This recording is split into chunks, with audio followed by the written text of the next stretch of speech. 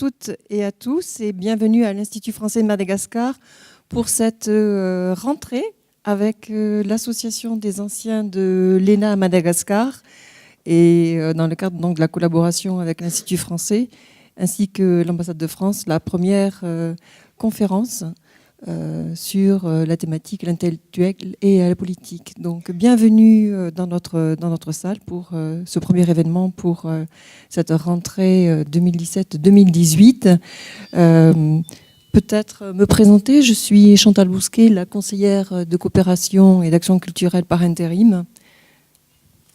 Et je voudrais peut-être dire quelques mots sur la thématique qui a été retenue par l'association. Le politique et l'intellectuel, ou l'intellectuel et la politique, ce que l'on peut dire en introduction, c'est que, comme le montre l'histoire, les relations entre l'intellectuel et la politique sont parfois difficiles, parfois nourries, car en effet, on ne peut nier le fait que le politique a besoin de la reconnaissance de l'intellectuel pour légitimer son action au sein de la cité, au sens premier du terme.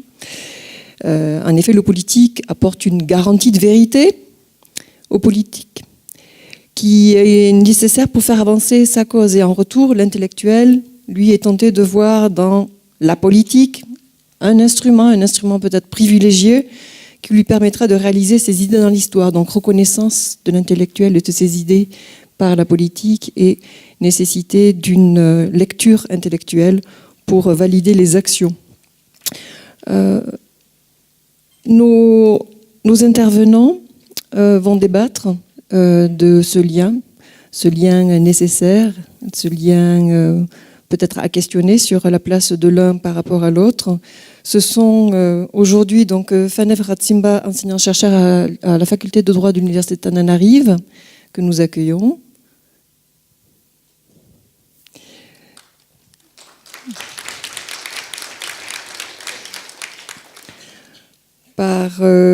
Pour des raisons de santé, c'est par enregistrement donc, d'une vidéo que l'intervention de Miss Rasafine Drakoto sera diffusée et partagée avec vous.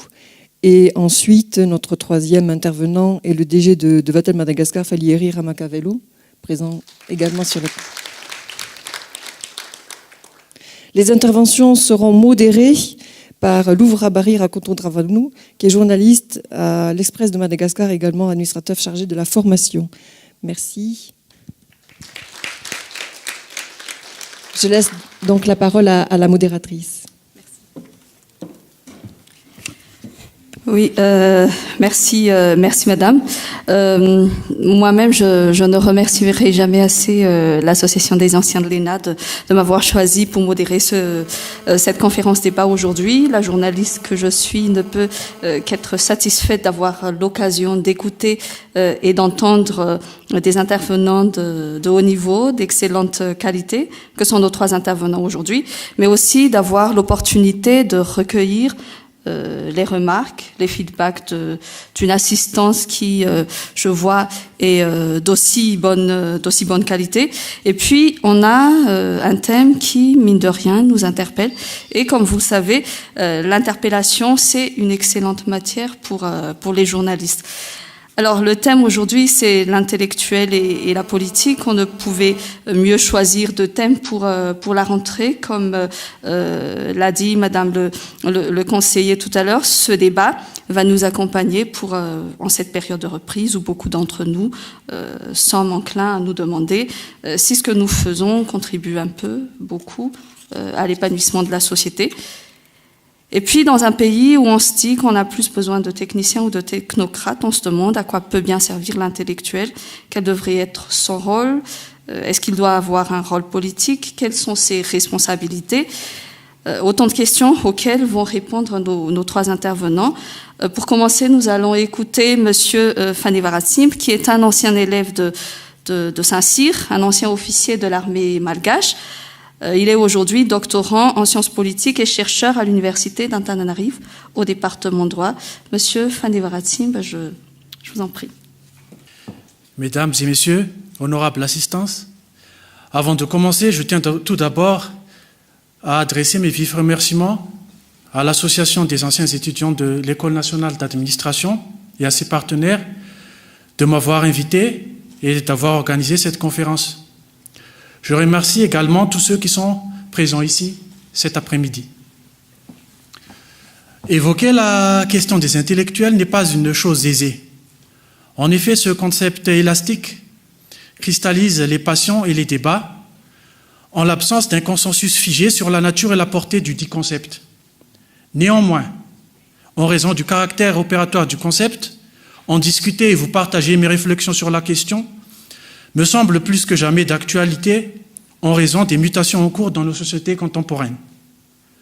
L'ouverture du débat sur la question des intellectuels et la politique peut en effet s'avérer fécond à une époque où les élites sont contestées et où de nouvelles formes de populisme menacent les démocraties et les libertés. Donc, pour commencer, qu'est-ce qu'un intellectuel?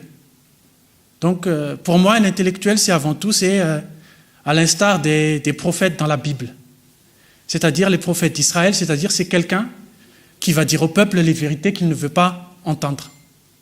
Ou, si vous voulez, pour ceux qui ne sont pas chrétiens, un intellectuel, pour moi, c'est un peu l'image de Prométhée qui a volé le feu de la connaissance aux dieux pour lui donner ce feu de la connaissance aux humains. D'où vient ce concept? Le concept d'intellectuel est, pour moi, à la base, un concept originellement français, c'est-à-dire issu du siècle de Lumière, avec la tradition de Voltaire, Diderot, Montesquieu. Donc, concept lié à la notion de progrès. J'y reviendrai ultérieurement. Mais tout d'abord, je vais aller droit au but. C'est quoi un intellectuel? Donc, pour moi, un intellectuel, c'est quelqu'un qui utilise justement son talent, sa notoriété au service de l'humanité. Je m'explique. Un intellectuel, donc, ça peut être un écrivain, un journaliste, un universitaire qui va consacrer justement son activité, essentiellement bien sûr une activité de l'esprit, justement à défendre un certain humanisme, à défendre la liberté. Dans cette optique, je me situe dans la droite ligne, par exemple, des intellectuels marxisants, comme par exemple Paul Nizan ou Jean-Paul Sartre. Donc, à ce titre, un intellectuel, pour moi, il est forcément anti-système, anticonformiste. À ce titre, pour moi, des intellectuels qui soutiennent les régimes en place ou les pouvoirs établis restent et sont peut-être toujours des intellectuels, mais si l'on veut rester fidèle au type idéal de l'intellectuel tel qu'il a été inventé à l'époque des Lumières, je pense que être un intellectuel, c'est interpeller la société par rapport aux enjeux qu'elle doit affronter. Et justement, si possible, peut-être même être un intellectuel, c'est engager sa vie justement pour des causes justes qui ont trait, par exemple, au respect des droits de l'homme, à la dignité humaine, tout ce qui est dans cette position de défense justement de l'humanité. Quel est donc le rôle de l'intellectuel dans la société? Pour moi, le rôle de l'intellectuel dans la société est global. L'intellectuel a à la fois, pour moi, un rôle historique, un rôle culturel, un rôle politique. Comme on l'a dit, l'intellectuel, c'est quoi? L'intellectuel, selon moi, ça peut être un leader d'opinion, un diffuseur d'idées. Pour moi, les intellectuels, ou l'intellectuel, c'est un pouvoir, c'est le pouvoir spirituel sécularisé. C'est-à-dire que c'est le pouvoir spirituel non religieux. C'est-à-dire, pour moi, l'intellectuel, c'est un prêtre séculier. Nous savons tous que la société malgache est assez christianisée. Donc, pour moi, l'intellectuel, c'est le prêtre de la société. C'est-à-dire, c'est celui qui va penser, orienter c'est un législateur de la société, un législateur moral. Donc, à terme, c'est quoi alors le rôle de l'intellectuel? Pour moi, le rôle de l'intellectuel, c'est transformer socialement et politiquement la société. Donc, l'intellectuel au XXIe siècle, est-ce qu'on en a encore besoin? C'est toute la question. Oui, on a encore besoin des intellectuels. Pourquoi? Comme je l'ai dit en introduction, que ce soit la société malgache ou les autres sociétés en Europe ou ailleurs, aujourd'hui nous sommes menacés par l'obscurantisme. L'obscurantisme est le retour d'une certaine forme d'irrationalité. C'est vrai, on peut arguer des griefs contre les intellectuels. Quels sont les griefs qu'on généralement on adresse aux intellectuels? C'est qu'ils ont trahi leur vocation initiale. Parfois, ils versent dans des comportements qu'on pourrait qualifier de léonins. Pour ne pas dire son nom, c'est la corruption. Donc à ce titre, qu'est-ce qui se passe? Il y a une perte de la légitimité des intellectuels dans nos sociétés.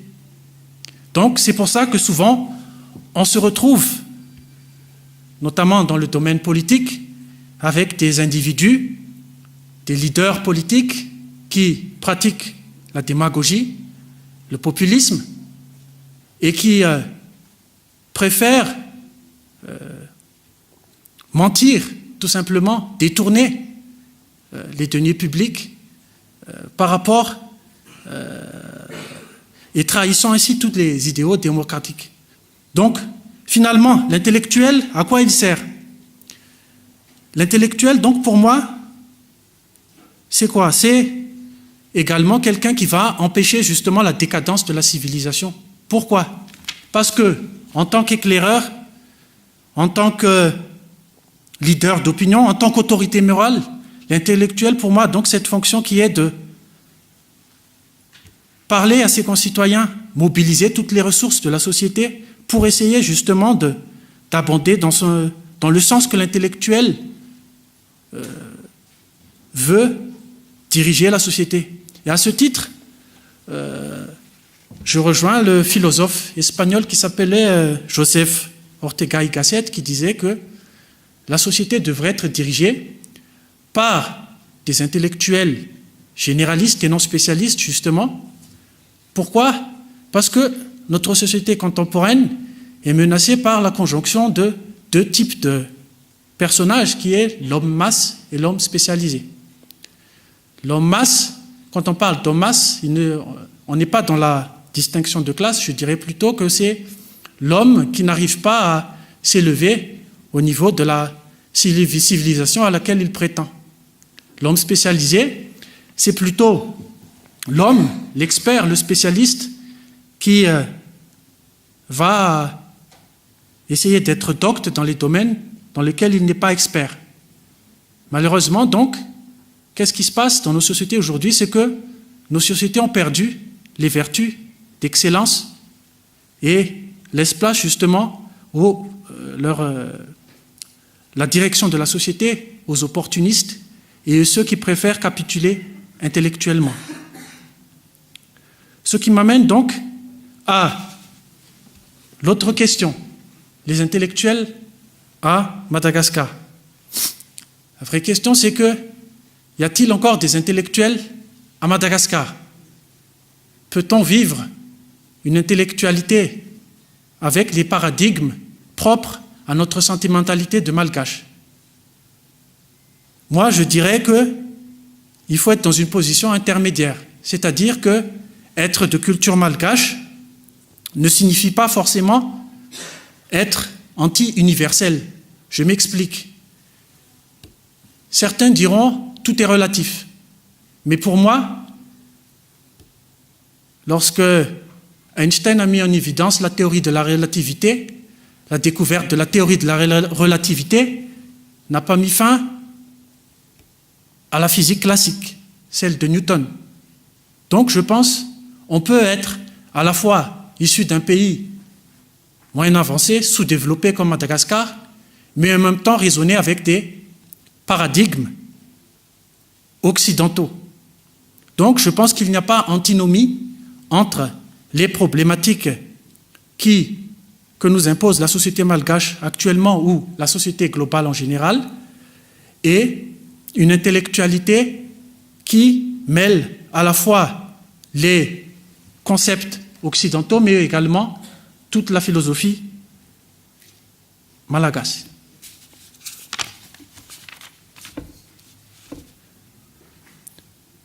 Pourquoi toujours avoir besoin des intellectuels?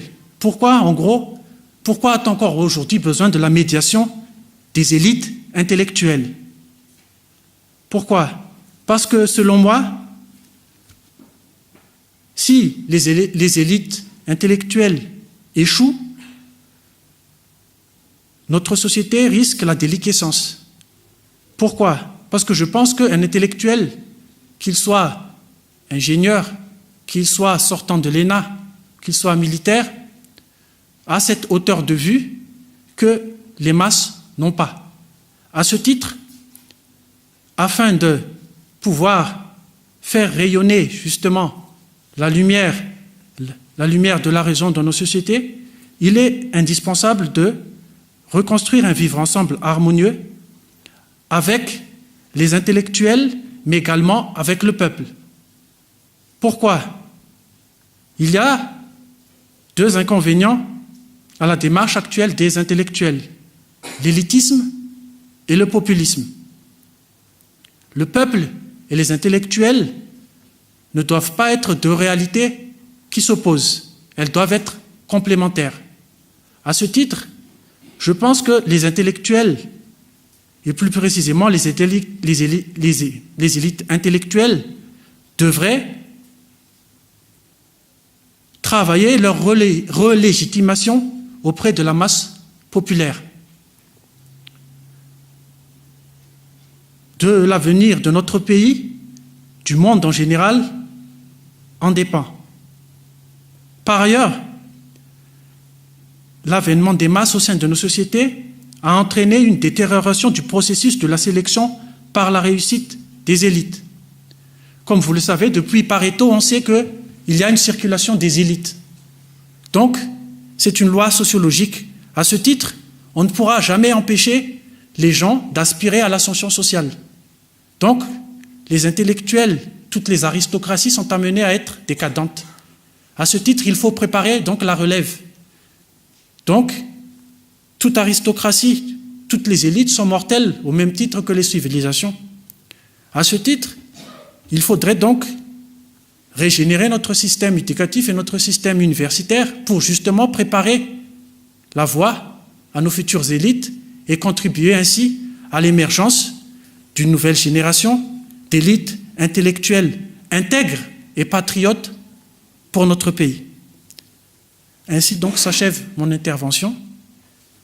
Si vous avez des questions, je suis à votre disposition. Merci.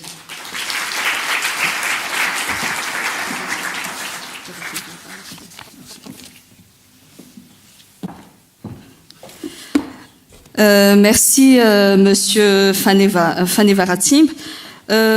Pour résumer un peu ce qu'il a dit, il a défini l'intellectuel comme celui qui met son talent au service de l'humanité, qui interpelle la société par rapport aux enjeux et qui engage sa vie pour des causes justes. L'intellectuel, avait dit Monsieur Fanevaratim, est utile à une société menacée aujourd'hui par l'obscurantisme. Et même si des griefs lui sont adressés, même si l'intellectuel a perdu de sa légitimité, il est utile à la société. En tant qu'éclaireur, c'est lui qui va éviter la décadence de la civilisation. L'intellectuel est indispensable à la société, comme il l'a dit, parce que c'est lui qui va justement, quand les élites intellectuelles échouent, la société risque la déliquescence. Notre deuxième intervenant, Emi Sarazaf Njakout, comme il a été dit tout à l'heure, il s'excuse de ne pas être physiquement parmi nous aujourd'hui en raison des problèmes de santé, mais grâce à la technologie, nous aurons l'occasion d'écouter, d'entendre cet ancien élève de l'École nationale de la magistrature et des greffes, ancien élève de l'ENA aussi. Il a été magistrat au Conseil d'État avant d'être nommé directeur de la législation et du contentieux. Et il a également été membre du comité consultatif constitutionnel. Il exerce actuellement les fonctions de secrétaire général adjoint du gouvernement. Donc, Miss Arazaf Njakout, dont nous allons voir l'intervention en vidéo, nous parlera de l'intellectuel en tant qu'animal politique. Merci. Excellence, honorable assistance, mesdames et messieurs, c'est avec beaucoup d'appréhension que je m'apprête à participer à distance à notre conférence. L'exercice auquel je me livre s'avère risqué, pour ne pas dire l'un des plus périlleux que j'aurais vécu. D'abord, parce que à cet instant précis où vous êtes en train de m'écouter, mon discours est irréversible. Et pourtant, il est fort possible que le contenu, sorti depuis longtemps de son contexte d'origine, ne s'intègre pas dans le contexte de sa diffusion. Par exemple, si j'étais un intellectuel d'une certaine époque dans l'Antiquité, il serait fort possible que je diffuse une théorie selon laquelle la Terre est plate et se trouve au centre de l'univers à un public composé d'éminents intellectuels exigeants et rigoureux, à une période de l'histoire où l'héliocentrisme ne fait plus aucun doute. La honte. La seule consolation du charlatan pour lequel je passerai alors résiderait juste dans la certitude que, après tout, dans l'histoire du monde, les intellectuels se sont trompés, ils se trompent et ils se tromperont encore. Et il s'agit là, il me semble, de l'une des premières conclusions de mon exposé. Donc, si j'étais un intellectuel, je ne serais ni le premier, ni le dernier à me tromper.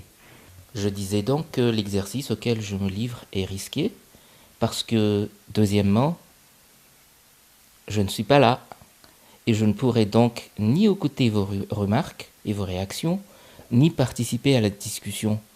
Or, dans de nombreuses disciplines intellectuelles, la discussion est essentielle. Pour ne citer que le doyen Carbonnier, quand il dit, à propos des sciences juridiques, que dans les sciences juridiques, justement, plus que dans les autres, seule la discussion est féconde parce que seule elle permet de faire sortir de la loi ou de la sentence les contraires dont elles ne sont que le provisoire repos. En tout cas, et il s'agit là de l'un des points de vue auxquels j'adhère, cette évocation de la discussion me permet de partager l'idée que renferme l'affirmation qui suit. Dans un monde où le système de pensée, incarné par la démocratie libérale, a fini par recueillir l'adhésion de la majorité des intellectuels, volontairement ou par la force des choses, à l'instar d'Alexis de Tocqueville, pour ne citer que lui, la discussion, comme plus tard la procédure délibérative telle qu'elle sera mise en œuvre et mise en évidence dans les théories de Jürgen Habermas, pour optimiser les systèmes démocratiques justement, constitue non seulement la mesure de la qualité des intellectuels dans la société, mais aussi et surtout le reflet d'une société elle-même à un moment de son histoire. Troisièmement, mon intervention est, et cette fois-ci c'est une certitude, l'une des plus périlleuses que j'aurais vécues, parce que je suis en train de vous partager mon point de vue sur ce thème complexe qu'est l'intellectuel et la politique, dans mon propre milieu, à travers mes sensibilités, mes propres rationalités, mes contraintes et mon handicap du moment. En effet, vous ne me tiendrez certainement pas rigueur de mon absence et de ma prestation si je vous dis qu'à cet instant précis où mon exposé est diffusé, je reviens d'une intervention chirurgicale qui m'a empêché d'être parmi vous ce jour et surtout qui ne m'a pas permis d'effectuer un exposé bien préparé et digne de ce thème qu'est l'intellectuel et la politique. On ne se trouve jamais dans les meilleures dispositions possibles. Ceci étant, la mention de cette approche finalement subjective de ce thème me permet de partager l'idée qui suit. Autant, dans le domaine des relations internationales, certains intellectuels et historiens à l'instar de Fernand Braudel par exemple, mettent en évidence l'existence des forces profondes que sont l'identité, l'altérité, la force et la puissance à la base des rapports internationaux, autant dans le domaine de l'histoire des sociétés, et je dirais dans l'analyse des conceptions intellectuelles et scientifiques des fondements de l'exercice du pouvoir et de la politique dans l'ensemble, donc dans le rapport entre l'intellectuel et la politique, l'existence de déterminants comme ceux énumérés par Hippolyte Taine, en l'occurrence la race, aucune connotation à rattacher à ce mot, le milieu et le moment revêt une importance capitale dans ce rapport intellectuel-politique. En fait, à mon avis, la recherche de critères d'identification de ceux qui doivent être qualifiés d'intellectuels à un moment donné de l'histoire de la société, la recherche des critères de détermination de ce que les intellectuels doivent être et de ce qu'ils doivent faire au sein de la société, et dans leur rapport avec la politique, ne saurait être réduite à des recommandations issues de jugements de valeur prédéterminés et sont toutes universelles. Pour dire les choses simplement, la marche du monde, la dynamique des rapports au sein de la société, les rapports qu'ont les intellectuels et la politique résultent, à mon sens, d'un certain nombre de déterminants, tels que j'ai pu les citer tout à l'heure, des déterminants qui, certes, ne prédestinent pas l'issue du rapport, l'issue de l'histoire, mais qui demeurent toutefois des éléments essentiels à prendre en considération, à la fois pour l'intellectuel lui-même, mais aussi pour ceux qui pourraient émettre des jugements de valeur par rapport aux intellectuels, par rapport à des carences qu'il faudrait reprocher aux intellectuels, ou au contraire, par rapport à de trop forts engagements qui pourraient nuire à la réputation des intellectuels concernés. Après tout, je dirais que l'aspect scientifique et les analyses exhaustives qui pourraient alimenter ce thème de l'intellectuel et de la politique tournent non pas autour de connaissances scientifiques, rationnelles, préétablies, mais plutôt, et c'est un avis qui ne lit que moi-même, à quelque chose de beaucoup plus concret, beaucoup plus terre à terre, et qui se rattache au caractère humain de l'intellectuel. Je veux juste dire par là que le rôle que l'intellectuel doit jouer au sein de la société, le rôle qu'il doit jouer dans le monde, entre guillemets, politique, la mission qu'il s'assigne à lui-même dans sa quête de la recherche du bien-être, de la recherche du bien commun, de la recherche de la contribution à apporter un mieux vivre ou un mieux-être à la collectivité dans l'ensemble, se résument et vont finalement converger vers son degré d'humanisme. Peut-être que une citation pourrait refléter de la façon la plus simple, mais en même temps la plus, je dirais, adéquate possible à mon point de vue, qui pourrait s'avérer assez épars d'ailleurs. Une citation qui me tient vraiment à cœur, et c'est celui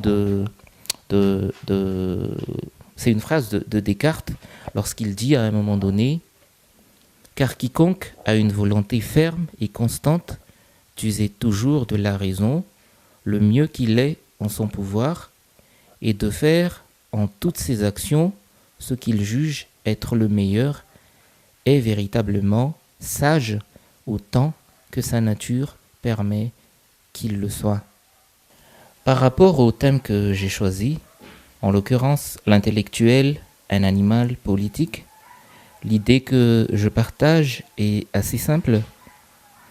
Dans son rapport avec la politique, dans les obligations et les missions qu'il s'assigne au sein de la société, dans le rôle ou la posture qu'il entend jouer parmi les membres du corps social, l'intellectuel ne fait que mettre en œuvre sa vision des choses, sa vision de l'ordre du monde qu'il entend servir, le tout à travers ses rationalités, ses valeurs, et en tant qu'être humain, et c'est là où c'est un animal politique, ses propres intérêts. Au final, je pense que les jugements qui en découleraient convergeraient non sur des questions de scientificité, mais plutôt sur des questions d'éthique. Bref, l'intellectuel peut être Machiavel, tout comme il peut être saint Thomas d'Aquin. Merci de votre attention. Nous remercions Miss Sarasaf Njakout pour son intervention. Nous prions l'association de lui transmettre justement nos remerciements pour cette intervention et d'avoir quand même tenu à participer à cette conférence, même à distance, malgré son état de santé. Et aux dernières nouvelles, Miss, aujourd'hui, va très bien. Pour résumer ce que Miss avait dit, il a dit, en gros, il avait commencé par dire que dans l'histoire du monde, les intellectuels se sont trompés, ils se trompent et se tromperont encore.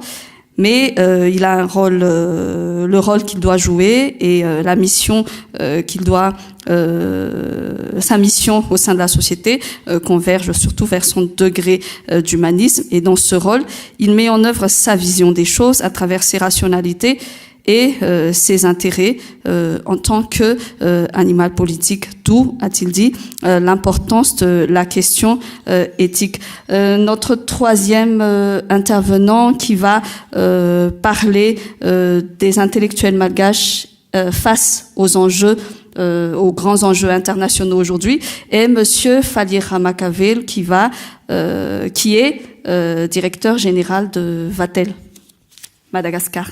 Je vous en prie. Mesdames, Mesdemoiselles, Messieurs, bonjour. Je vous remercie d'être venus aussi nombreux aujourd'hui pour débattre de questions essentielles qui sont l'intellectuel et la politique. Alors, le thème que j'ai choisi d'aborder est le suivant: le positionnement des intellectuels malgaches au regard des grands problèmes internationaux. Le positionnement des intellectuels malgaches au regard des grands problèmes internationaux. Donc, pendant 20 minutes, je vais essayer de vous convaincre qu'il faut se positionner. Alors, pourquoi j'ai choisi ce thème? Parce que d'abord, je trouve que les intellectuels malgaches se positionnent beaucoup par rapport à des problèmes locaux, mais on entend peu parler de nous par rapport aux grands problèmes internationaux. Alors, je ne sais pas, c'est peut-être à cause de notre insularité, mais je pense que les intellectuels devraient non pas seulement s'intéresser à leur pays, mais s'intéresser aussi aux problèmes d'ordre général et universel. Le deuxième motif, c'est parce que lorsqu'on prend ce qui se passe dans le monde, on peut réfléchir sur les conséquences que cela peut avoir dans notre pays et donc se préparer, non pas pour à chaque fois subir les événements, mais se préparer pour pouvoir défendre et préserver les intérêts de notre nation. Donc, pour aborder ce thème de positionnement des intellectuels malgaches au regard des grands problèmes internationaux, Je procéderai en 3 parties. Première partie, les 2 grands problèmes internationaux, qui sont en fait la sécurité et l'économie mondiale. Deuxième partie, les idées dominantes au regard de ces questions. Et il y a en ce moment, dans les actualités, 2 grandes idées qui s'affrontent, c'est le mondialisme et le souverainisme. Chacun a ses, on va dire, ses porte-drapeaux. Et troisième partie, le positionnement, donc, que je vous invite à discuter tout à l'heure, mais dans lequel j'aborderai les conséquences de ces problèmes sur l'avenir de notre pays.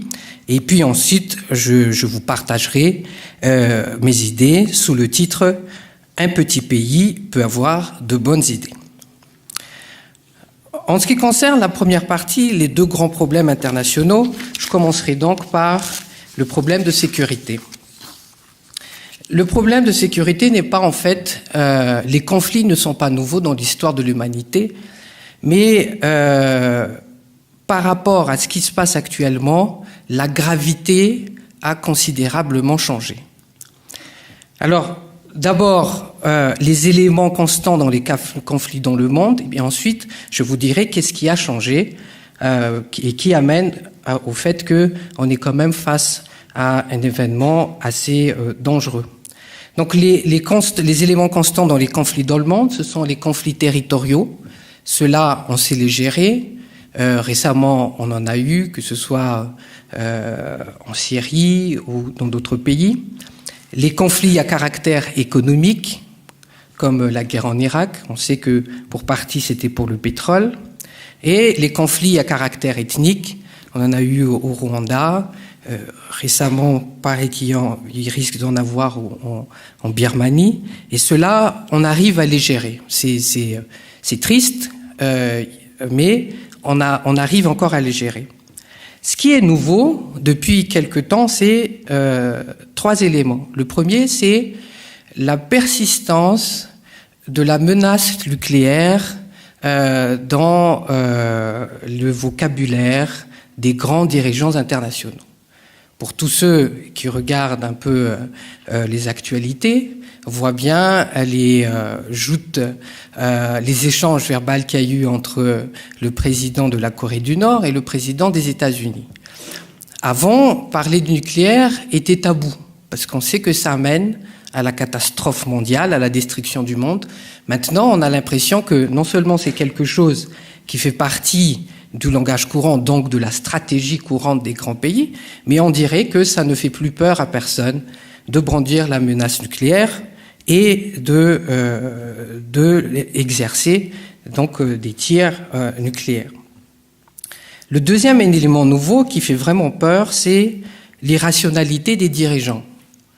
Les décideurs du monde, avant, lorsqu'on les écoutait, on sentait qu'il y a un fond de rationalité. En ce moment, on a l'impression, surtout avec certains dirigeants, prenons l'exemple de M. Trump, il change pratiquement toutes les semaines de position. Un coup, je suis avec la Russie, de l'autre coup, je ne suis pas avec la Russie. Et un coup, l'Iran est une menace, un autre coup, c'est ne plus une menace.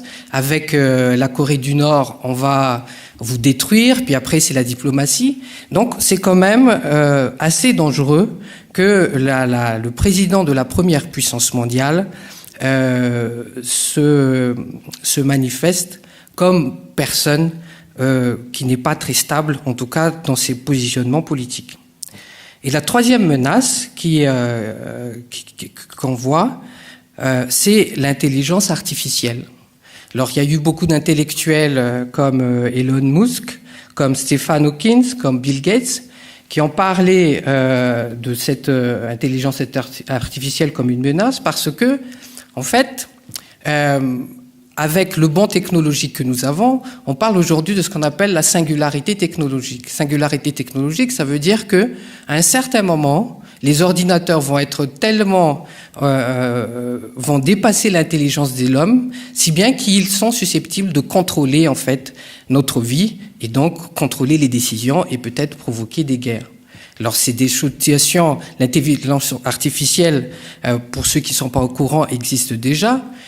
Par exemple, les systèmes qu'utilisent en ce moment les Russes, ce qu'on appelle le S-400, c'est-à-dire des systèmes d'interception de missiles, utilisent pratiquement déjà d'intelligence artificielle. Ils sont pratiquement capables d'intercepter les missiles des adversaires balistiques et donc de passer, outre la doctrine de destruction mutuelle. Il y a aussi en ce moment l'utilisation du char Terminator par le RIS également en Syrie. C'est un char qui fonctionne en autonome, il n'y a pas de conducteur. On le conduit à distance comme les drones. Et tout ça, c'est des prémices et des choses dangereuses qui laissent prévoir que d'ici quelques années, on peut se battre contre des robots et donc conduire à une destruction catastrophique du monde. Donc ça se concerne les grands problèmes de sécurité. Donc pour résumer, si on ne fait pas attention, on va directement dans la destruction du monde. Le deuxième, ça concerne l'économie.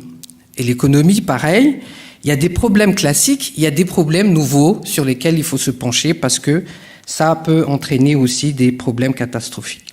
Les problèmes classiques, ce sont les récessions de l'économie mondiale actuelle. Ça, on connaît les méthodes pour s'en sortir. Le problème de chômage également et le problème de l'immigration. Et par contre, les problèmes nouveaux, c'est dû principalement à cause de la dette. On est face à une dette astronomique dans le monde. Le FMI a sorti encore des rapports pour tirer les sonnettes d'alarme, comme quoi on est 152 000 milliards de dollars de dettes privées dans le monde, et c'est 2,5 fois le PIB du monde. Alors, quand on a des dettes aussi élevées, il y a 3 problèmes qui arrivent. Le problème, c'est que immanquablement, on va arriver à des problèmes de solvabilité des entreprises. Et lorsque les entreprises ne seront plus solvables, ça entraînera forcément à un certain moment l'éclatement des bulles financières et un krach boursier. Le deuxième grand problème, c'est le problème de ce qu'on appelle le risque systémique bancaire. Les entreprises qui font faillite, et par enchaînement effet domino, les banques vont faire faillite également. Et lorsque les banques vont faire faillite, on a des problèmes sur nos dépôts, et c'est un problème direct. C'est votre argent que vous avez en banque que vous risquez de perdre. On a eu des exemples ici à Madagascar. Mais le troisième grand problème, c'est que comme on est dans un système monétaire basé sur le crédit, on risque tout simplement d'avoir l'assèchement de crédit et donc une crise de liquidité et une crise du système. C'est-à-dire que le système risque de s'effondrer, le système monétaire. Donc vous voyez qu'on est face aussi, dans le siècle que nous vivons, à un grand problème économique. Alors pour résoudre ces grands problèmes, nous avons 2 grandes idées actuellement qui émergent dans le monde. Il y a ce qu'on appelle les mondialistes, il y a les souverainistes. En ce qui concerne la résolution des conflits dans le monde, un des porte-parole du mondialisme en France, je connais mieux les intellectuels français puisque j'ai été formé là-bas, c'est Bernard-Henri Lévy. Bernard-Henri Lévy, qui est en fait ce qu'on appelle le porte-drapeau de ce qu'on appelle l'ingérence humanitaire. Alors, son idée, c'est que pour qu'il y ait la paix dans le monde, alors je simplifie, après on va débattre, il ne dit pas, mais c'est un peu ça ce qu'il prône, c'est l'uniformisation des idées. C'est-à-dire que tout le monde devra être tout le monde devrait être humaniste et tout le monde devra être progressiste. Et lorsqu'on s'oppose à ces idées, on représente une menace pour la paix dans le monde, et donc il faut les combattre. Il prône également l'uniformisation des gouvernances, c'est-à-dire tout le monde doit être en démocratie telle que l'Occident l'a définie. Et troisième chose, pour combattre les conflits, c'est l'unicité de l'autorité. Et l'autorité unique dans le monde devrait être l'OTAN. Et si on s'insurge contre cette autorité, alors il faut les combattre. C'est l'exemple de la Russie actuellement, c'est l'exemple de l'Iran, c'est l'exemple de la Syrie, etc., etc. Le deuxième grand intellectuel en termes économiques, c'est M. Jacques Attali. M. Jacques Attali, pour combattre les problèmes économiques, prône le libéralisme, c'est-à-dire il n'y a plus de frontières, il faut que les échanges entre les biens et les services se fassent d'une manière très fluide parce que, d'après lui, ce sont les frontières qui créent les guerres. Et ce sont les frontières également qui peuvent provoquer des problèmes économiques avec, comme exemple, les nationalisations en outrance pendant les ères communistes. Il prône également une gouvernance mondiale, parce que c'est grâce aux gouvernances mondiales qu'on peut avoir une justice mondiale qui peut régler un peu tous les conflits entre les nations du point de vue économique. Et il prône enfin une monnaie mondiale qui va régler les problèmes de crédit et par, je pense, l'effet le crédit de quantitative easing, c'est-à-dire le fait de donner encore plus de crédit dans l'économie pour relancer l'économie. Alors, s'oppose à ces idées ce qu'on appelle les souverainistes. Et les souverainistes, il y a un monsieur qui, non seulement il est souverainiste, mais on le traite même de complotiste, c'est un monsieur qui s'appelle Thierry Meyssan, qui est un journaliste. Et lui, pour contrer ce conflit mondial, il est d'abord pour lutter contre ce qu'on appelle l'état profond. L'état profond, pour lui, c'est en fait la source de cette irrationalité des décideurs.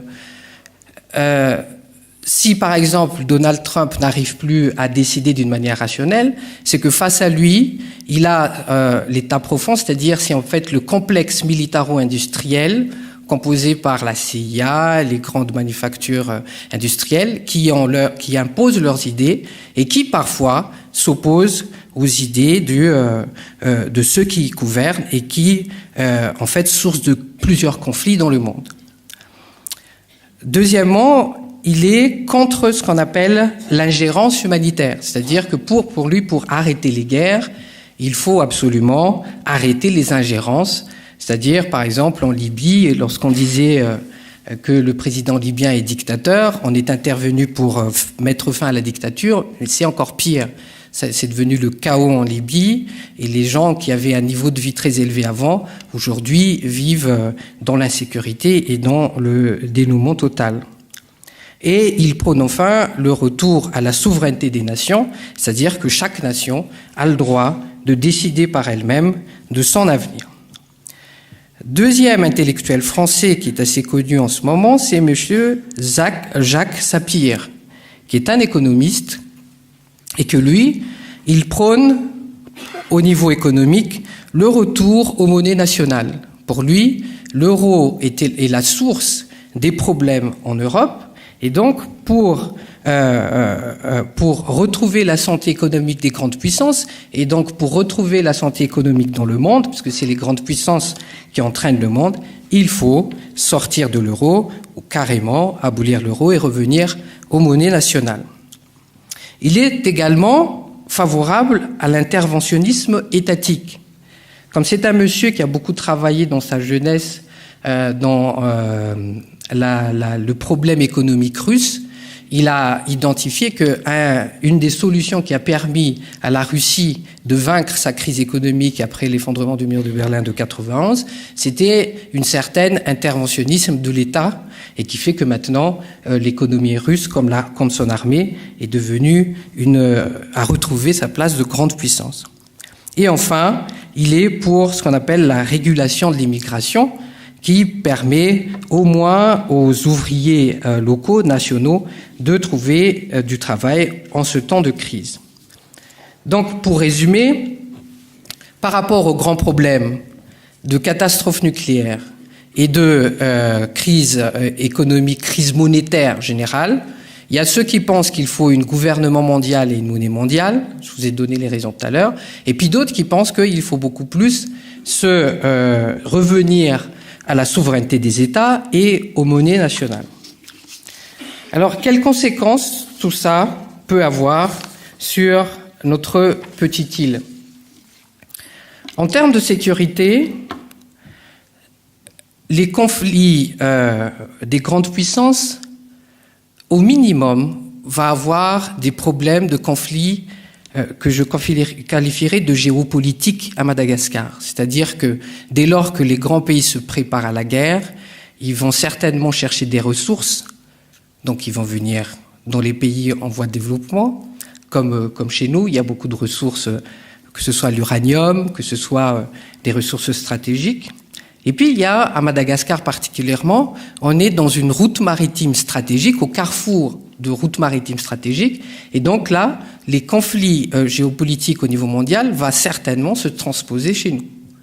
Et on le voit bien déjà qu'il y a une certaine tension entre la Chine et les grandes puissances occidentales à Madagascar. Deuxième chose, ce qui va se passer, c'est que s'il y a réellement un conflit dans le monde, il y aura certainement une grande vague d'immigration à Madagascar. C'est-à-dire que s'il y a un conflit, ce ne sera pas entre les États-Unis et l'Afrique. S'il y a un conflit, ce sera entre la Russie et l'Europe, entre la Russie et les États-Unis. Bref, tous les pays du Nord vont rentrer en conflit avec l'utilisation de la bombe nucléaire. La partie nord de la planète va être détruite et les gens vont s'enfuir dans la partie sud et en l'occurrence à Madagascar. Et donc, il faut se préparer, dans l'éventualité d'un conflit, à cette vague d'immigration. Et la troisième conséquence, c'est tout simplement la destruction, si jamais toutes les bombes atomiques devaient exploser partout dans le monde. En ce qui concerne l'économie, si on a une catastrophe monétaire mondiale, première chose qui va arriver, c'est les investissements directs étrangers vont s'arrêter, puisqu'ils seront en faillite. Deuxièmement, les aides publiques au développement vont s'arrêter aussi, puisque les nations, les grandes puissances vont être en difficulté. Et troisièmement, puisque notre monnaie est adossée au dollar et à l'euro, si l'euro et le dollar s'écroulent, notre monnaie va s'écrouler également. Alors, quelles sont les propositions, si jamais tout ça va se passer? Alors, la première chose, c'est, je pense, c'est de revenir à une certaine sagesse malgache qui est notre forme d'organisation traditionnelle, qui est le Fuknul. Pourquoi le Fuknul est important dans ce dispositif? Parce que c'est d'abord une éthique de proximité, le Fuknul. Dans le Fuknul, on prône une éthique qui s'appelle le Fiavanan. Et donc, automatiquement, c'est une éthique de la non-violence, une éthique de la solidarité, une éthique de la non-discrimination. Et c'est cette éthique, je pense, que dans ce contexte de guerre, qu'il faut réveiller, véhiculer et partager pour que tout le monde revienne à la raison. Deuxièmement, dans le Fuknul, il y a une certaine forme d'autogestion économique. C'est-à-dire que même s'il devait y avoir une crise économique majeure dans le monde, le Fuknul sait au moins être autosuffisant. Et dernière chose, le Fuknul va nous permettre, en cas de migration massive à Madagascar, une meilleure intégration culturelle des migrants. Il y a eu des polémiques récemment sur, paraît-il que des Syriens vont venir à Madagascar, et ça a fait beaucoup de vagues parmi les gens qui discutent, donc parmi les intellectuels, en disant mais comment on va pouvoir s'occuper d'eux? Je pense que Madagascar a une vocation d'hospitalité, puisque notre pays est grand, il n'y a pas beaucoup de monde, donc on a vocation à accueillir des gens, mais encore faut-il qu'on soit prêt. Et pour qu'on soit prêt, il faudrait que le Fuknul ait une certaine souveraineté pour pouvoir intégrer ces gens-là dans notre structure et dans notre culture. Deuxième, c'est concernant la monnaie. Nous avons la chance à Madagascar d'avoir beaucoup d'or. Et en cas d'éclatement du système monétaire international, l'or est par excellence ce qu'on appelle une valeur refuge. Il peut être à la fois une source de richesse, une réserve de change et un instrument de stabilité monétaire. Et donc je pense qu'il serait peut-être pas temps, parce que ça fait longtemps que j'en parle, mais je conclurai en disant que nous avons beaucoup d'idées à Madagascar. Le problème, c'est qu'on n'ose pas trop les sortir parce qu'on pense que, parce qu'on est un petit pays, donc on n'a pas le droit de dire nos idées. Je pense que comme dans toute société, même les petits ont le droit de dire leurs idées, parce que parfois, ça peut aider tout le monde. Et donc, je pense que nous avons tout à gagner et nous avons à apporter au monde en partageant les valeurs du Fuknoul et en partageant et en restaurant un système monétaire dont on peut tirer le meilleur parti, c'est-à-dire le système monétaire basé sur l'or. Je vous remercie. La discussion est ouverte.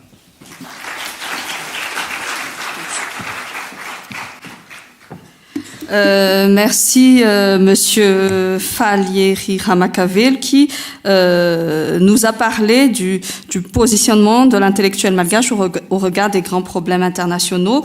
Un positionnement qui est intéressant, a-t-il dit, qui est utile pour que nous puissions nous préparer et puis défendre les intérêts de notre pays face aux conflits mondiaux qui sont aujourd'hui aggravés par les menaces nucléaires, par les menaces liées aux rationalités ou, si je puis me permettre, à l'absence de rationalité de certains dirigeants, et puis par les menaces de l'intelligence artificielle, par l'importance des dettes sur le plan économique, les risques de faillite des banques, l'assèchement du crédit. Il a mis en avant de grandes idées, celles des mondialistes et celles des souverainistes. Et il a mis en avant aussi les risques pour Madagascar. Il a proposé un positionnement à prendre, le retour à la sagesse malgache, notamment à la notion du Fuknoul et à tout ce qui tourne autour de l'éthique du Fuknoul, au mode de gestion du Fuknoul, et qui est aussi une structure qui permet une meilleure intégration des immigrés.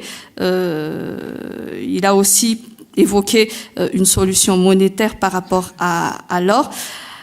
Voilà, en résumé, ce que notre dernier intervenant a dit. Nous en sommes maintenant, le débat est maintenant ouvert à l'assistance. Merci, je me présente Gérard Fauchéran. Je suis résident depuis 10 ans à Madagascar. J'enseigne à l'IST la sociologie urbaine. Alors la question que je voulais poser, on a bien démarré le débat. J'ai beaucoup apprécié la première partie, mais pas du tout la dernière. Pourquoi? Je vais être très clair. Parce que simplement, la question était intellectuelle égale élite. C'est la question qu'on s'est posée.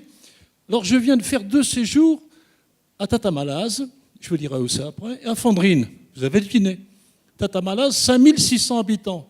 Si vous saviez le nombre d'intellectuels qu'il y a au kilomètre carré, et j'ai posé la question au prof de sociologie qui est avec moi, il s'appelle Denis, son prénom, mais comment ça se fait qu'il y a autant d'intellectuels à Tattamalaz ou à Fandrine?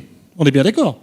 Donc la question, comment va se générer le renouvellement des élites intellectuelles? Est-ce que c'est sur la base que ce qu'a écrit l'IRD? Je suis très surpris, messieurs, que vous n'ayez pas cité l'IRD et l'excellent travail qui a été fait il y a 3 ans là-dessus, sur le sujet des élites. L'élite malgache, comment va-t-on la renouveler? Étant entendu que je constate que mes meilleures étudiantes, je parle des filles en premier parce qu'elles sont les meilleures, ont toute une seule envie d'aller étudier ailleurs et de se positionner ailleurs. Donc, lorsque le professeur en premier a posé le cas de l'université, là je lui renvoie l'ascenseur, là, hein, on a posé la question du bien fondé ou du rapport du LMD avec la situation. Alors pour ceux qui ne connaissent pas, le LMD, c'est un système européen copié sur les anglo-saxons qui permet aux étudiants d'échanger dans tous les pays qui sont concernés.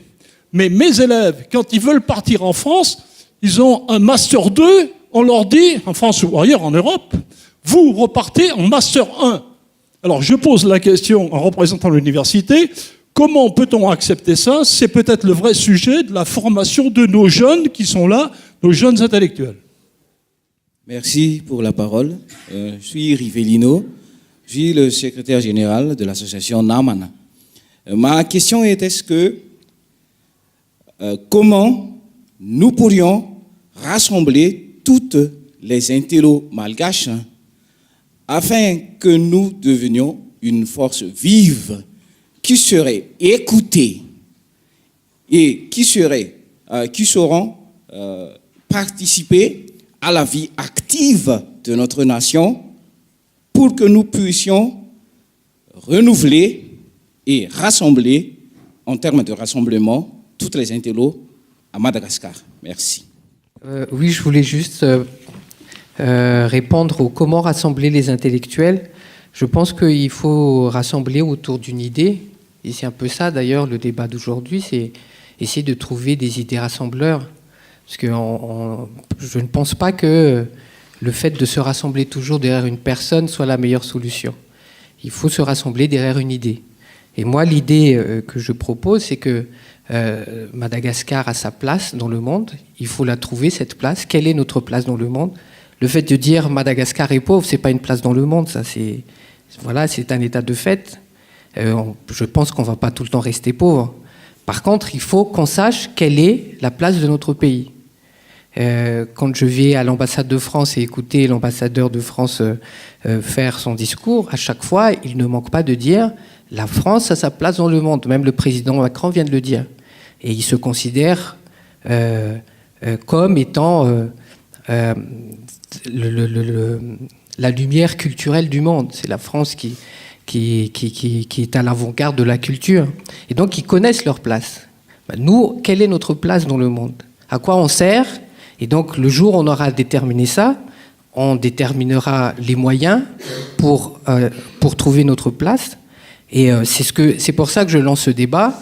Nous avons à Madagascar un modèle sociétal ou un modèle de gouvernance, plutôt, qui est très bien, qui s'appelle le Fuknul. Je ne pense pas qu'on va discuter pendant des heures là-dessus, parce que ce n'est pas le sujet. Mais on a écrit beaucoup de livres, beaucoup de gens discutent, ça devient de plus en la mode maintenant. Et je pense que c'est très important que les intellectuels se penchent, parce que ça fait partie des demandes au niveau local même.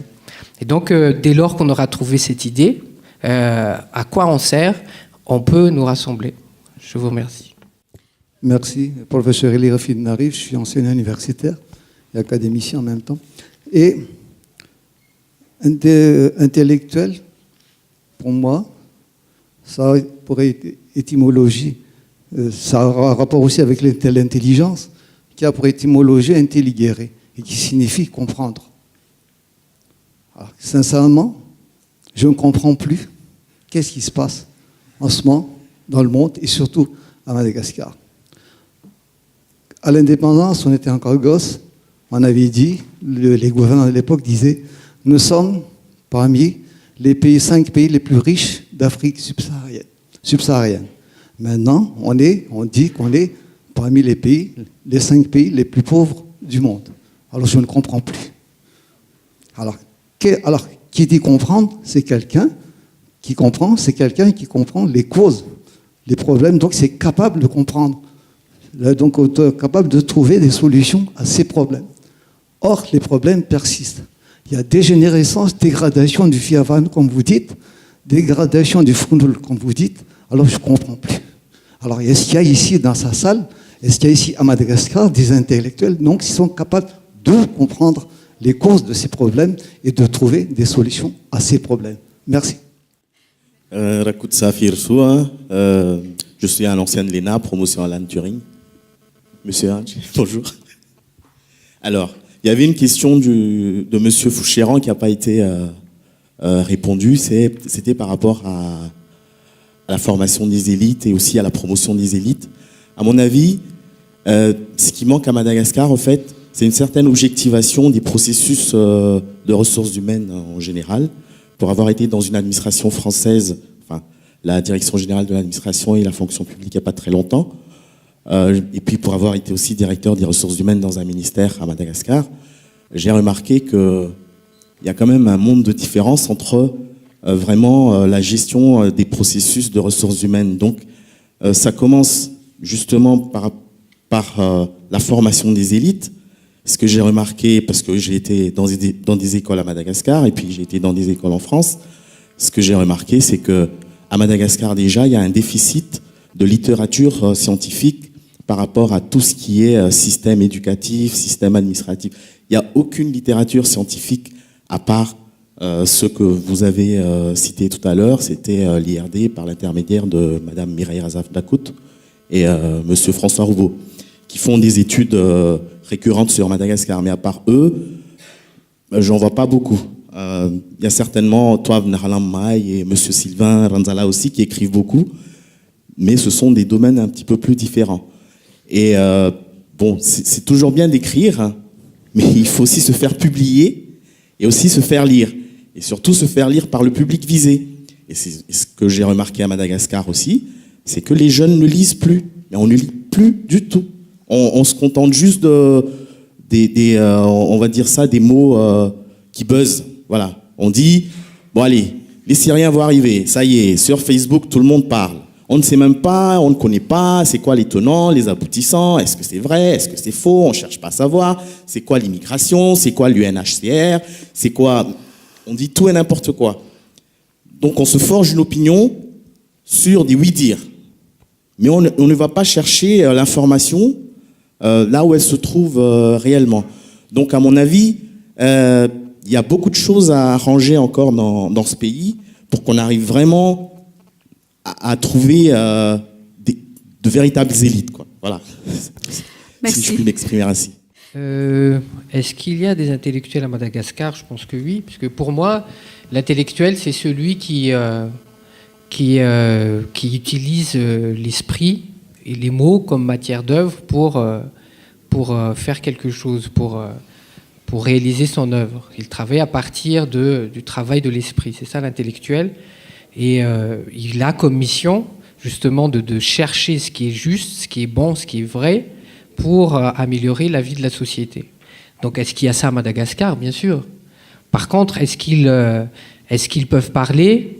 Est-ce qu'ils ont les moyens de parler? Est-ce qu'ils sont écoutés? Ça, c'est une autre question. Et ça revient d'ailleurs à la question, quelle est la place de l'intellectuel dans le monde? Moi, ce que je trouve aujourd'hui, c'est que la plupart des intellectuels sont muselés. On ne les laisse plus parler parce qu'on est rentré dans un système presque de pensée unique. Quand vous ne pensez plus comme la pensée dominante, alors vous n'êtes pas publié, vous ne passez pas dans les médias et on vous taxe pratiquement de tous les mots. Comme vous venez de dire tout à l'heure, il y a beaucoup de choses qui sont calibrées, qui sont normées, et dès que vous sortez de ces normes, tout de suite, on vous taxe de tous les mots. Alors que justement, l'intellectuel, comme disait Miss tout à l'heure, c'est quelqu'un qui devrait discuter, c'est quelqu'un qui essaie de chercher la vérité à partir des discussions. Donc dès lors qu'on refuse la discussion, ça veut dire que le système actuel dans lequel on vit, c'est un système qui met à l'écart, je ne dis pas tous les intellectuels, mais les intellectuels qui essaient de pointer du doigt là où ça fait mal ou là où il y a des problèmes. Donc, par rapport à la première question, c'est-à-dire, c'est quoi les solutions? Moi, je pense que toutes ces problématiques sont liées. Et lorsque Karl Mannem, un intellectuel juif hongrois, comment il expliquait la montée du nazisme et du fascisme? Il a dit qu'il y avait un dysfonctionnement au niveau de la modalité de la sélection élitaire. C'est-à-dire que le système ne sélectionne plus les meilleurs. Et c'est ça le problème. Or, c'est quoi le problème? L'autre aspect du problème, c'est que la démocratie produit elle-même ce que je pourrais appeler son effet pervers. C'est-à-dire que plus avec la démocratie, donc, il y a plus de compétition pour accéder au statut d'élite. Et qu'est-ce qui se passe? Plus de gens deviennent des élites, accèdent à ce statut d'élite intellectuelle. Le problème, c'est que certaines personnes sont exclues justement de ce processus d'ascension sociale. Et qu'est-ce qui se passe? Ils essaient d'entrer en force. Et certains politiciens, comme je dirais, opportunistes, démagogues, et qui préfèrent justement manipuler les foules, vont justement user du populisme pour justement faciliter l'ascension sociale. Donc, qu'est-ce qui se passe? C'est que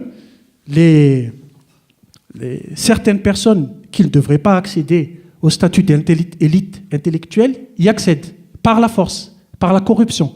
Et c'est ça, en fait, qui crée les dysfonctionnements au niveau de la modalité de la sélection élitaire. Donc, la solution, pour moi, c'est quoi? C'est remettre vraiment la méritocratie à l'ordre du jour. C'est-à-dire que changer les politiques de l'éducation nationale, peut-être même changer la langue, peut-être que l'idéal, ce serait peut-être revenir au malgache, je ne sais pas, pour qu'il y ait plus de gens qui puissent justement participer à la compétition sociale. C'est peut-être une des solutions. Autre aspect du problème aussi, je pense, c'est que les intellectuels intègres ne séduisent plus. C'est-à-dire que je ne me suis pas encore présenté aux élections, mais aujourd'hui, les individus qui arrivent à vaincre aux élections, que ce soit à la mairie ou à la députation, rares sont vraiment des intellectuels, ou peu. C'est plutôt les détenteurs du capital économique. Ça va être un transporteur, ça va être un grossiste. Où sont les intellectuels? Donc, il y a aussi cet aspect-là, c'est-à-dire que les gens ne veulent pas d'individus qui sont juste, dans l'abstraction. Ils veulent des gens qui arrivent à résoudre leurs problèmes au quotidien. Et de ce fait, je pense que les intellectuels, là on revient aux intellectuels et la politique, ils sont de moins en moins sollicités quand ils sont intègres. Comme le disait un écrivain, c'est que pour être chef en Afrique, il faut avoir de l'argent. Donc je pense qu'une des solutions, c'est que les intellectuels intègres aient plus d'argent pour qu'ils puissent séduire un peu plus, parce qu'il faut dire ce qu'il faut dire. Pour vaincre à l'élection et pour avoir le pouvoir, il faut avoir de l'argent. Vous n'allez pas séduire les foules juste parce que vous allez résoudre leurs problèmes de santé, leurs problèmes de sécurité. Non, il faut séduire. Et je pense que c'est un des problèmes des intellectuels, c'est qu'ils sont, pas tous, mais c'est mon cas, ils sont désargentés. Donc je pense que c'est peut-être une des pistes de solution, c'est qu'il faut peut-être revoir les conditions des intellectuels au niveau pécuniaire. Pour la deuxième question, pour monsieur qui est communiste, pour parler de l'islamisme. L'islamisme, je pense qu'on ne peut pas tuer au nom d'un dieu. Je pense que l'islamisme, c'est comme parfois on utilise la culture malgache pour se justifier, pour ne pas faire face justement aux réalités internationales. L'islamisme, c'est une forme de rejet du système. Et malheureusement, après la chute du communisme, on n'a pas trouvé d'idéologie alternative justement pour contrer le capitalisme. Donc je pense qu'aujourd'hui, la seule réponse théorique qui fait le plus de succès, je ne fais pas l'apologie de l'islamisme, quand on voit tous ces jeunes qui ne sont pas forcément d'origine maghrébine, qui versent dans l'islamisme, c'est plutôt ce pouvoir de contrer tout ce capitalisme qui séduit dans l'islamisme. Et donc, je pense que là, c'est un défi qui se pose aux intellectuels, surtout à la gauche actuelle. C'est comment, justement, renouveler la gauche par rapport aux enjeux contemporains. Donc, l'islamisme, c'est plus, je pense, un nouvel avatar de l'anticapitalisme. Pour l'instant, on n'a pas trouvé aussi d'alternative au capitalisme. Donc, je pense qu'il va falloir trouver les moyens de faire du capitalisme à visage humain. Donc, par rapport à la place de l'intellectuel, vu que l'intellectuel n'est plus trop écouté, vu qu'il est en perte de vitesse par rapport au populisme et ce que j'appelle l'avènement des masses, je pense que l'intellectuel, plus qu'un donneur de leçons, doit être une sorte de relais, de catalyseur, de passeur, justement. Il doit s'insurger contre toute forme d'injustice, contre toutes les formes d'aliénation de l'être humain. Et je pense qu'il va falloir trouver de nouvelles formes de séduction, donc, par rapport aux masses. Voilà. Merci. Je me présente, je suis Ranjiatsu Sandra, je suis diplômée de master 2 sortante de l'université d'Antananarivo, faculté de droit. Bon, d'abord, une petite remarque pour les deux intervenants. Pour Monsieur Fani Varassim, j'ai cru, à vous entendre, j'ai peut-être relevé une petite contradiction dans ce que vous avez dit, parce que d'abord, vous avez comment dire, vous avez d'abord imputé la mauvaise éducation dont Madagascar fait face actuellement à la malgagisation pour proposer la malgagisation comme solution après à la mauvaise, toujours à cette mauvaise éducation dont Madagascar fait face actuellement. Et pour la deuxième personne, le deuxième intervenant après, vous avez d'abord, lors de votre intervention, vous avez parlé des conflits, des problèmes au niveau international. Et comme solution après, vous avez parlé de Madagascar et du FUCNUL. Donc le FUCNUL que vous proposez, c'est plutôt une solution que vous proposiez sur le plan international ou sur le plan national. Donc c'était sur cette partie que je me suis un peu perdue. Mais bon, ma question, donc je suis à la partie question maintenant. Pour vous, quel est le critère pour être considéré comme intellectuel pour vous, monsieur Fani Varatim? Parce que vous avez parlé du grossiste et vous avez tout de suite jugé le grossiste comme étant écarté donc de la classe des intellectuels et pour des opérateurs économiques, puisqu'ils ont de l'argent, donc ils accèdent facilement à la place du politique. Donc c'est quoi le critère d'intellectuel pour vous? Aussi, qu'est-ce que j'allais... Non, je crois que c'est la seule question que je vais vous poser. Et pour la deuxième personne... Monsieur Fadi Hamakavelo. Fadi Hamakavelo, excusez-moi. Donc, ma question pour vous, c'est... ne faudrait-il pas d'abord se soucier pour Madagascar de sortir de la qualité d'État voyou, comme monsieur tout à l'heure a dit, c'est-à-dire sortir de la pauvreté, de situation de sous-développement, avant de se soucier des conflits internationaux, car comme vous avez dit, nous ne serons que des victimes dans toute cette histoire, on ne sera même pas des acteurs dans ce conflit. Voilà. Donc merci. Donc je suis Vincent Ramas, professeur à Tamatave. Donc je vais rebondir sur ce qui a été dit par monsieur Fouchiran puis monsieur par rapport aux recherches qui sont faites. Il n'y a pas uniquement que des IRD qui écrit. Donc il y a un certain nombre de chercheurs malgaches qui écrivent également sur un certain nombre de questions. Donc je pense pour cela, pour les personnes à faire des recherches sur ces questions. Maintenant, pour revenir sur la question de l'intellectuel et la politique, oui, voilà, je reviens à la question qui a été mise tout à l'heure pour savoir qu'est-ce qu'on entend par intellectuel. Et est-ce qu'il n'y aura plutôt pas eu un rapport avec donc les élites?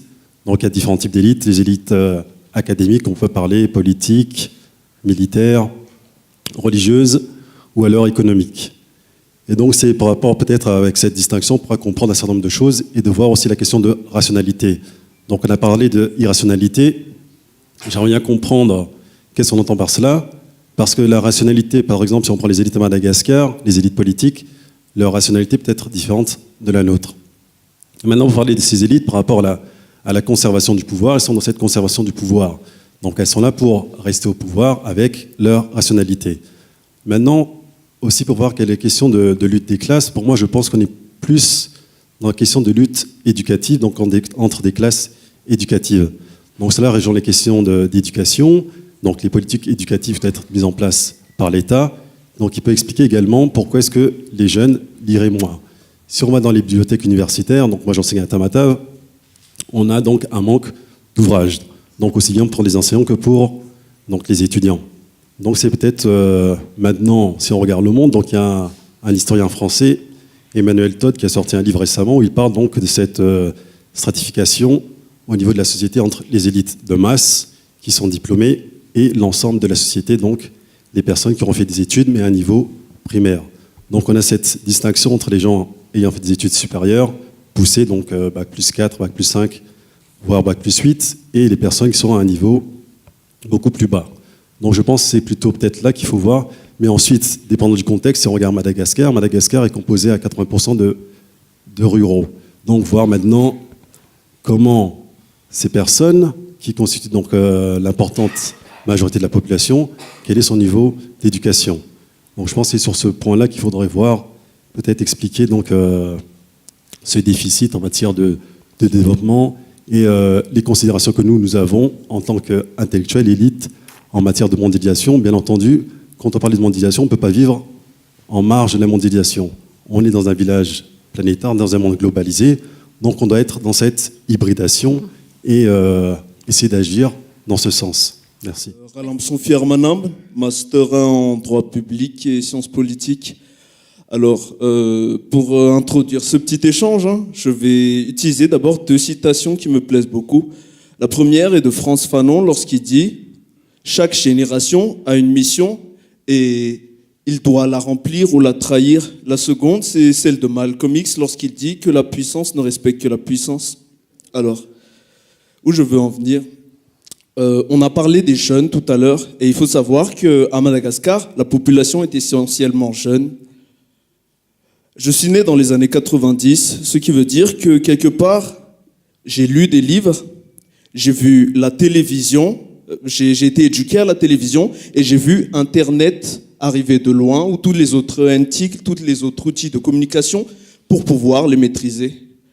Le problème maintenant, c'est comme beaucoup l'ont soulevé, la génération 2000 ne lit pas beaucoup. C'est un fait. Si on essaie de regarder un documentaire dans la cour, ils nous demandent de baisser le volume parce que ça paraît très ringard. Et donc, moi, l'angle sous lequel j'aimerais prendre les choses, et Monsieur Faneva Ratim a déjà introduit cet angle-là, c'est que est-ce que les intellects sont écoutés et comment est-ce là où j'aimerais en venir, c'est l'idée suivante. Dans la culture malgache, on dit on entend par là que l'enseignement est le plus beau des héritages, mais en mon sens, c'est le goût d'apprendre qui est le plus beau des héritages, parce qu'on aura beau payer pour l'éducation de nos enfants, s'ils n'ont pas le goût d'apprendre, ça devient un problème. Alors, si les intellects, ils continuent à écrire, essayer de diffuser, qui les écoute et est-ce que les jeunes qu'on pense être l'avenir écoutent vraiment ?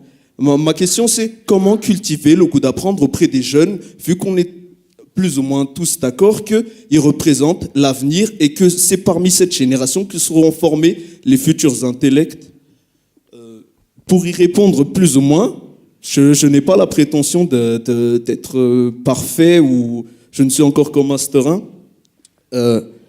On n'a pas pris l'angle, par exemple, de l'éducation informelle, celui de l'art, parce que c'est un vecteur culturel important pour avoir un sentiment d'identité.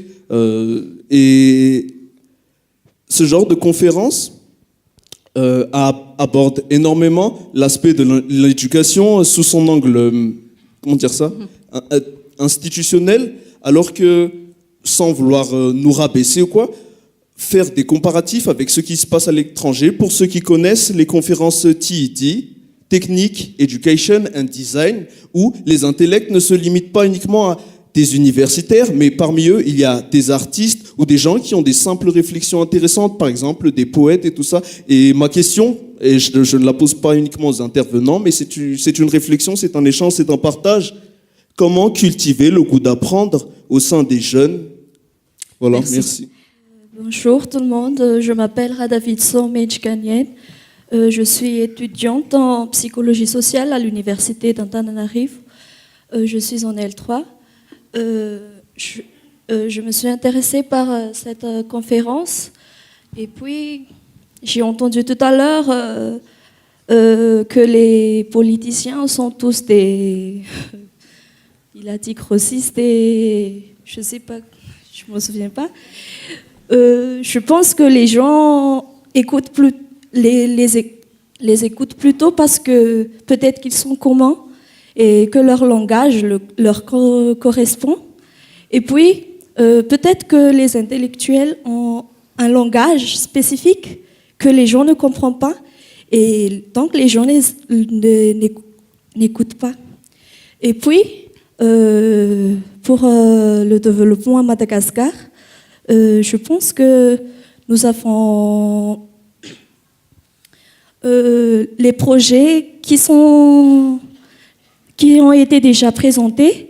Ce sont plutôt des projets on force plutôt les gens à suivre ce qu'on fait, mais on leur demande jamais ce qu'ils veulent. On les offre des vêtements, après ils le revendent. Pourquoi ils le revendent ? Parce qu'ils ne sont pas demandés des vêtements et vous leur donnez des vêtements. Et je pense que c'est peut-être que c'est comme ça que le développement ici à Madagascar va toujours à l'échec. Je vous remercie, madame. Merci aussi à monsieur. Effectivement, vous savez, on a donné un sens négatif au mot politique à Madagascar. C'est la raison pour laquelle on a une aversion totale des intellectuels par rapport à la politique. Quand on dit faire de la politique, c'est pas du tout gérer. C'est une question de gestion. Gérer son foyer, gérer son entreprise, c'est-à-dire que le sens du gérer n'existe pas du tout quand on parle de politique. À preuve, Madagascar, dans les années 60, était parmi le peloton de tête par rapport aux États africains. Maintenant, on est en peloton de queue. Pourquoi ? Pourquoi cette régression ? Mais justement, parce qu'on a donné un sens complètement erroné du mot politique à Madagascar, d'une part. D'autre part, je dis toujours dans mes interventions que à Madagascar, il y a le peuple, mais il n'y a pas de citoyen. Parce qu'un citoyen, c'est quelqu'un de responsable qui prend part à la vie du pays, à l'évolution, au développement du pays. Ici, c'est le peuple, c'est la foule. Au lieu de peuple, je dirais même la foule. Et la foule, vous savez, il y a vraiment la psychologie de la foule, c'est...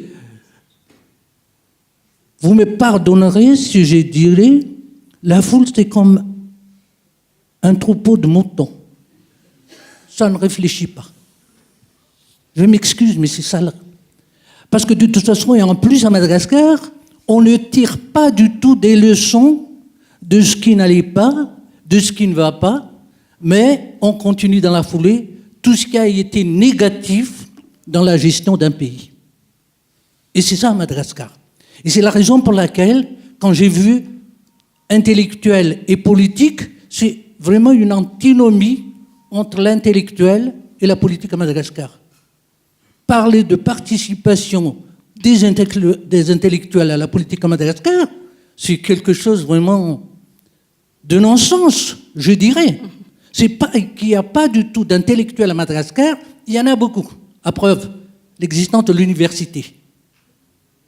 Mais que font les intellectuels ? Ben justement, parce que les intellectuels malgaches ont une aversion totale de la politique. Et c'est ça justement le malheur à Madagascar. Je vous remercie. Merci. D'accord.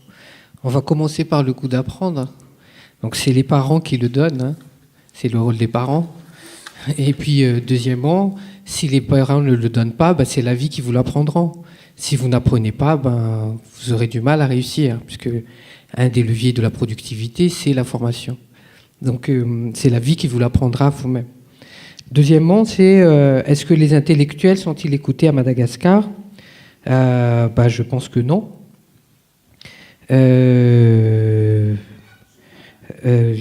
La plupart du temps, ils ne sont pas écoutés. Ensuite, je reviens à mademoiselle qui n'a pas vraiment compris la relation entre conflit mondial et Fouknoul. Effectivement, la transition a été mal faite. Mais la logique était la suivante. On a deux gros problèmes mondiaux. Il y a le gros problème d'une possible guerre mondiale et le gros problème de la crise monétaire internationale. Si jamais ça arrive, il faut qu'on l'anticipe. Et si jamais ça arrive, la meilleure structure pour accueillir les migrants qui vont soit fuir vers le sud, c'est la structure de Fouknoul. Parce que c'est une structure qui assez souveraine, qui est transversale et qui peut intégrer culturellement les gens qui viennent de l'étranger. Deuxièmement, en fait, en termes de conflit, la structure de Fouknoul est le niveau de gouvernance qui est non violente. Dès qu'on monte au niveau national, les nations se battent entre elles pour un problème d'hégémonie. C'est pour ça qu'il y a eu toutes les guerres, en fait, parce que, justement, tous les problèmes de puissance tout à l'heure, les théories sur les nations, sur la souveraineté, justement, c'est que quand on arrive au niveau national, on acquiert suffisamment de puissance pour se faire la guerre. Donc, pour éviter la guerre, il ne faut pas avoir ce niveau de gouvernance, il faut que le niveau de gouvernance soit au niveau des Fouknoul, comme ça, on évite les guerres. C'était ça, en fait, la logique du Fouknoul dedans. Ensuite, dans votre question, vous disiez, mais pourquoi vous parlez des problèmes internationaux alors que nous-mêmes, on est dans un État voyou? En fait, les intellectuels qui critiquent l'État voyou à Madagascar, si on était un État voyou, il y en a déjà plein. Donc, dès qu'on lit le journal, c'est les critiques de l'État que l'on voit à Madagascar. Donc moi, je voulais un peu sortir de la banalité, on va dire, puisque c'est déjà connu, et je voulais avoir un raisonnement qu'on appelle en science une méthode déductive, c'est-à-dire on part de la généralité pour aller au particulier. Et la généralité, c'est le contexte international, qu'est-ce qui se passe dans le monde, et on en déduit qu'est-ce qui va donc se passer à Madagascar et comment se prémunir par rapport aux événements futurs qui peuvent se produire. Voilà, merci. Oui, merci Monsieur Fali Ramakaven. Monsieur Fanevaratsi. Donc, pour répondre à la question de mademoiselle, on voit bien que vous êtes une bonne juriste. Donc, vous vous focalisez uniquement sur les mots, mais il y a un contexte. J'ai dit que nos problèmes viennent de la Deuxième République. On pourrait faire un cours là-dessus, mais je ne vais pas m'étaler, on ne peut pas mettre 40 ans d'histoire sur table. Pour en revenir à l'élite. L'élite, il y a plusieurs définitions de l'élite. Là, quand on parle d'intellectuels, on parle d'élite intellectuelle, de clercs, de lettrés. Mais il y a aussi les élites économiques, les élites traditionnelles. Et moi, j'en reviens à Père Bourdieu, qu'il y a ce qu'on appelle les champs. Donc, il y a plusieurs champs dans la société, le champ économique, le champ intellectuel. Tous ces champs-là sont en compétition. Et pour répondre à votre question, je ne suis pas en train de dire que les grossistes sont des mauvais maires ou des mauvais députés. Attention, vous êtes juriste. Je suis en train de dire que... mais ils peuvent faire preuve d'intellectualité et d'humanisme. Attention, peut-être qu'ils n'ont pas bac plus 5, mais quoi qu'il en soit, ils sont élus. Mais le fait d'avoir bac plus 5 ne signifie pas que vous êtes plus apte à gouverner que quelqu'un qui est grossiste. On est d'accord. Mais on est en train de dire que l'objet de mon exposé, c'est que la part des intellectuels dans l'influencement de notre société baisse. Or, nous avons besoin de plus de rationalité. Pour répondre à la question de monsieur le professeur Juvens Ramas, c'est quoi la rationalité? Donc, moi, j'en reviens à la notion de progrès, c'est-à-dire c'est l'optimisation du bon sens, hein, avec ce que les recherches scientifiques nous apportent, ce que la philosophie morale nous apporte. C'est ça la rationalité, c'est-à-dire que c'est faire des choix qui sont qui prennent en compte le respect de la dignité humaine, la vérité scientifique, et qui nous amènent à un certain bien-être. Donc je pense que c'est ça la rationalité. Par exemple, mon ancien Vallière, il parle de Foucnoul. Comment on va y arriver avec le Foucnoul? Est-ce qu'on va créer des assemblées de Foucnoul? Est-ce que le Foucnoul va nous dicter les orientations macroéconomiques? C'est ma question avec le Foucnoul. Donc je ne sais pas si j'ai répondu à la question de mademoiselle. Donc il y a des élites économiques. Et moi je trouve qu'aujourd'hui, les élites économiques dominent plus la société que les élites intellectuelles. Bien sûr, il y a les catégories se rejoignent. Hein. Il y a des intellectuels qui font partie de l'élite économique. Mais c'est une manière de dire qu'aujourd'hui, nous sommes dans une société où l'étalon, c'est l'argent, la richesse. Donc, celui qui a plus de sous va être plus écouté. C'est ce que je suis en train de dire. Par rapport à justement cette histoire de grossiste, navré si je continue là-dessus, c'est que peut-être aussi une des raisons qui fait que notre cher ancien, le général, l'a dit que, et là je ne suis pas entièrement d'accord avec lui, c'est que, en disant que les intellectuels n'aiment pas la politique.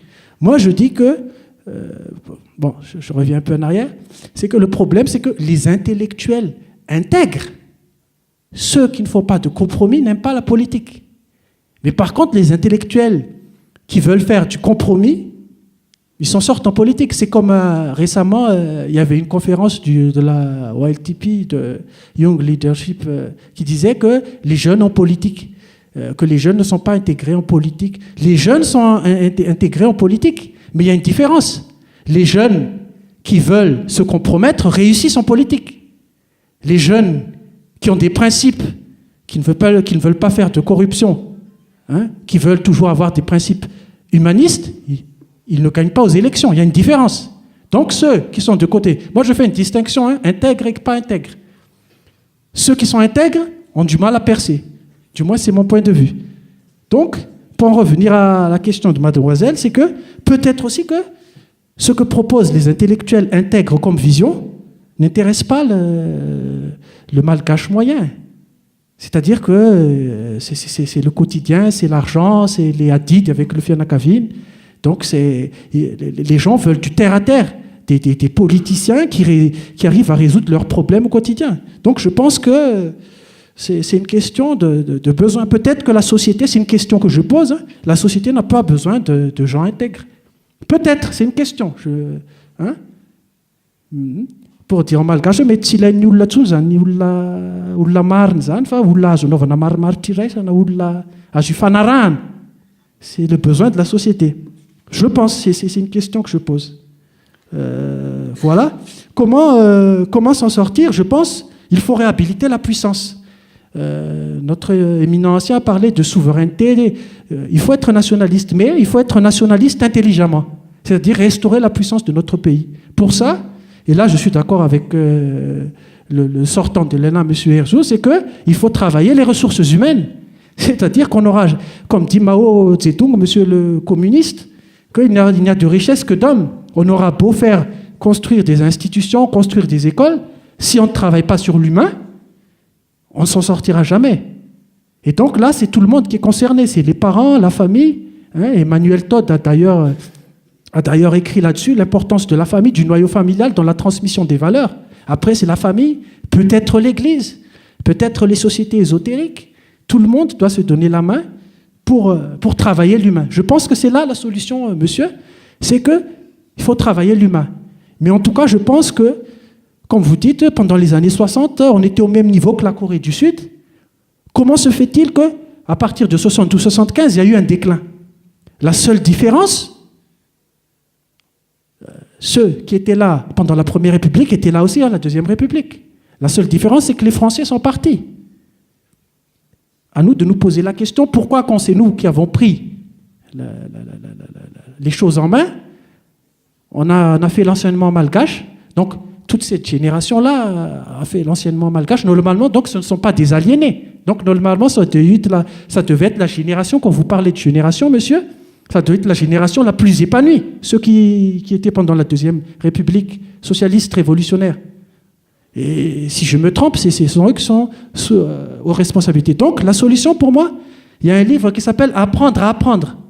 C'est-à-dire qu'il faut apprendre à apprendre. Voilà. C'est une des pistes. Et à essayer de vous faire la vérité par vous-même, mais ne pas s'arroger des prêts-à-penser. Vous devez vous faire votre propre vérité.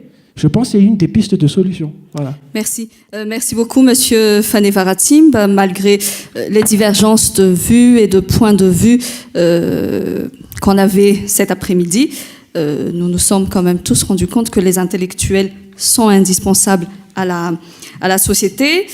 Maintenant, quel serait leur rôle? Est-ce qu'ils doivent diriger la société? Est-ce qu'ils doivent orienter la société? La grande question.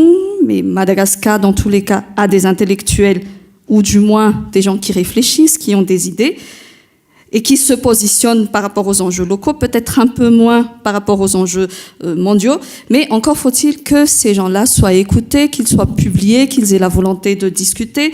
Il devrait peut-être aussi pouvoir séduire. Est-ce qu'il faudrait revoir leurs conditions pécuniaires? Tout ça a été discuté aujourd'hui. Mais surtout, le système doit permettre aux intellectuels d'exister. Voilà en gros ce dont nous avons discuté aujourd'hui. Nous vous remercions de votre venue. Avant de terminer, je vais donner la parole à Monsieur le Président de l'Association des anciens de l'ENA. Je vous remercie. Merci Madame la modératrice. Juste 2 mots pour clôturer. 2 mots. Premier mot, satisfaction, parce que encore une fois, donc, l'AENA a tenu son pari de susciter un débat, diffuser la connaissance et susciter un débat. Alors évidemment, l'AENA qui n'a pas du tout la prétention d'être des intellectuels, hein, mais aujourd'hui quand même on a tenu notre pari qui est de susciter un débat donc parmi vous, le public. Deuxième mot, remerciements bien entendu. Remerciements tout d'abord à nos intervenants, Falieri Ramakavelu, Fanny Varatsimba et Misara Zafandrakutu, qui a quand même tenu à intervenir malgré son état de santé. Et bien entendu, donc aussi à notre modératrice qui a accepté d'être parmi nous aujourd'hui. Voilà. Et puis, dernière information, remerciement aussi donc à l'équipe de INCO de Madagascar qui est là, parce que la conférence va être diffusée sur YouTube et sur notre page Facebook. Vous êtes plus de 10 000 maintenant à nous suivre. Et on vous donne un rendez-vous à notre prochaine conférence qui a lieu ici même le 7 novembre. Si je ne me trompe pas, c'est toujours un mardi à 16h. Je vous remercie.